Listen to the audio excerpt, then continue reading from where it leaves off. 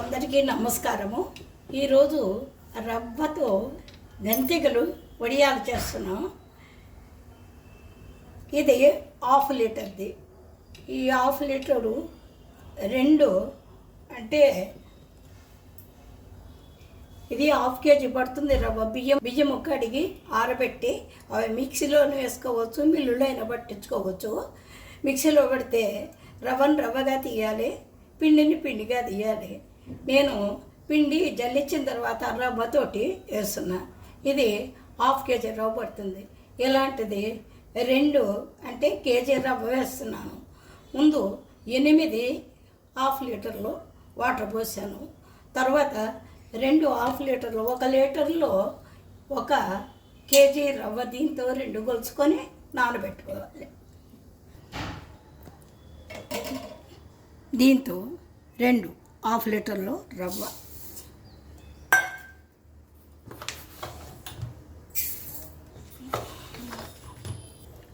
రవ్వ పోసాము. అలానే 2 వాటర్ పోసుకొని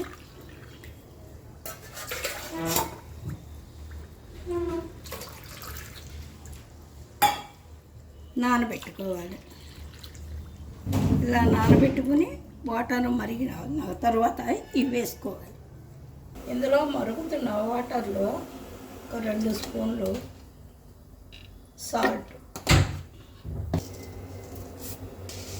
3 స్పూన్లు జీలకర్ర,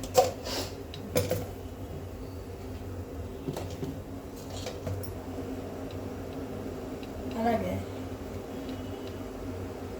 2 స్పూన్ల పచ్చి కారం. మనం పచ్చడిలో కలుపుకుంటాము ఆ కారం.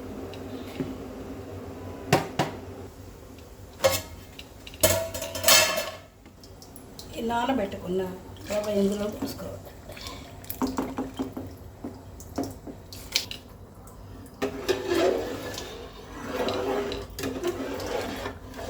ఇలా రవ్వ పోసిన తర్వాత ఇలా కలుపుతూ ఉండాలి ఉడికే వరకు, లేకుంటే లోపల ముద్ద కట్టేస్తుంది.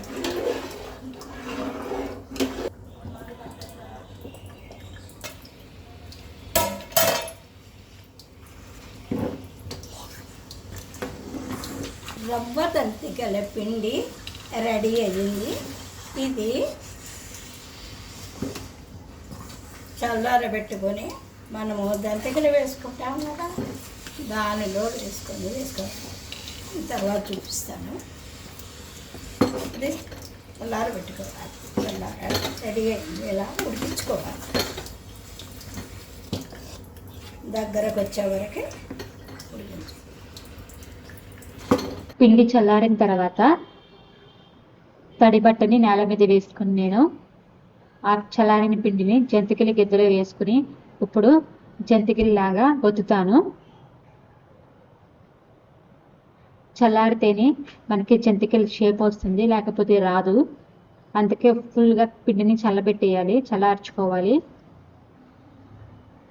చూసారు కదా ఎలా వేసాము. మొత్తం చీర మొత్తం జంతికలు ఇలా వేసేసుకున్న తర్వాత ఆరిపోయిన తర్వాత కొంచెం వెనకాలగా తిప్పి నీళ్లు చిమ్ముకొని వడియాలు తీసేసుకుంటే వచ్చేస్తాయండి. ఆ వచ్చేసిన తర్వాత తీసిన తర్వాత కూడా ఒకసారి ఎండబెట్టుకోవాలి. వడియాలని ఎలాగో ఎండబెట్టుకుంటేనే అప్పుడు బాగుంటుంది.